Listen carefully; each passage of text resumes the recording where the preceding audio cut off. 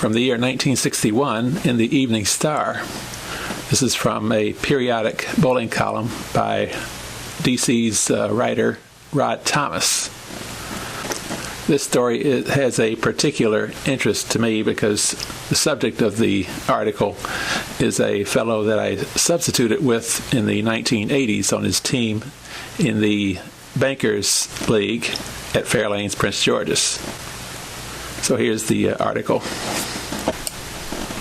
Ray Morgan, 17, who will graduate today at Northwood High, emerged as a bright star from the Moonlight Tournament at Wheaten Bowling Center, so successful it will be made a weekly affair. Awards were made for high games in duckpens and tenpins, and Morgan won both. The event was held in semi-darkness, with lighting only at the pits and on the telescores, plus lights that bathed a large silver disc representing the moon. Young Morgan, son of Ray Morgan, who does a microphone job on wrestling for WTTG5, wrapped up the duckpin prize with a game of 170. He seldom rolls 10 pins. About to leave the plant, he noted that a score of 188 led the big pinners.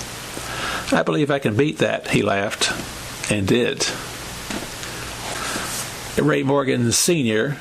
was a household name at my residence during the mid to late 1960s because my brothers were heavily into watching pro wrestling from the WWF, and this was during the Bruno Sammartino and the Buddy Rogers transition days.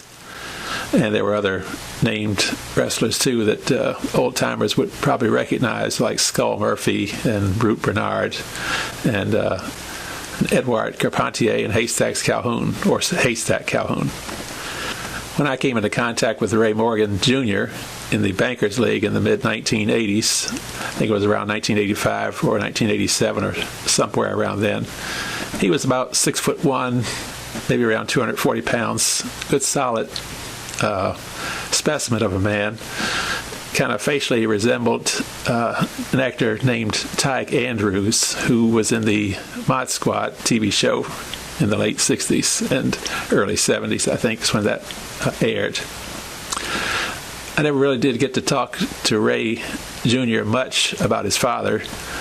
The conversation may have come up briefly, but wasn't really much that was said. There wasn't really much need to linger on it since I didn't know much about Ray Morgan personally, other than seeing him at the end of his career, probably in the broadcasting field.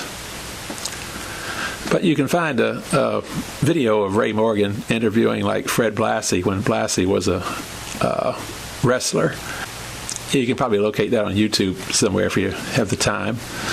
But it's kind of interesting, and I've included a video in the comments section of a snippet when I bowled at Fairlanes Prince George's, and you can see Ray Morgan in the foreground, I guess you could say, but his back is to us.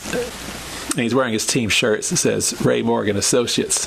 But I think that might have been a sideline because from what I remember, I think he was a executive type at Riggs Bank, and the Bankers League was a league made up of teams from different banks in the city and neighboring areas. So that's just a little background about Ray Morgan, subject of the article, and Ray Morgan Sr., who, by the way, one of his catchphrases when the bad guy would do something bad to the good guy would be something like, "Now that wasn't necessary," and my brothers always would get a kick out of that.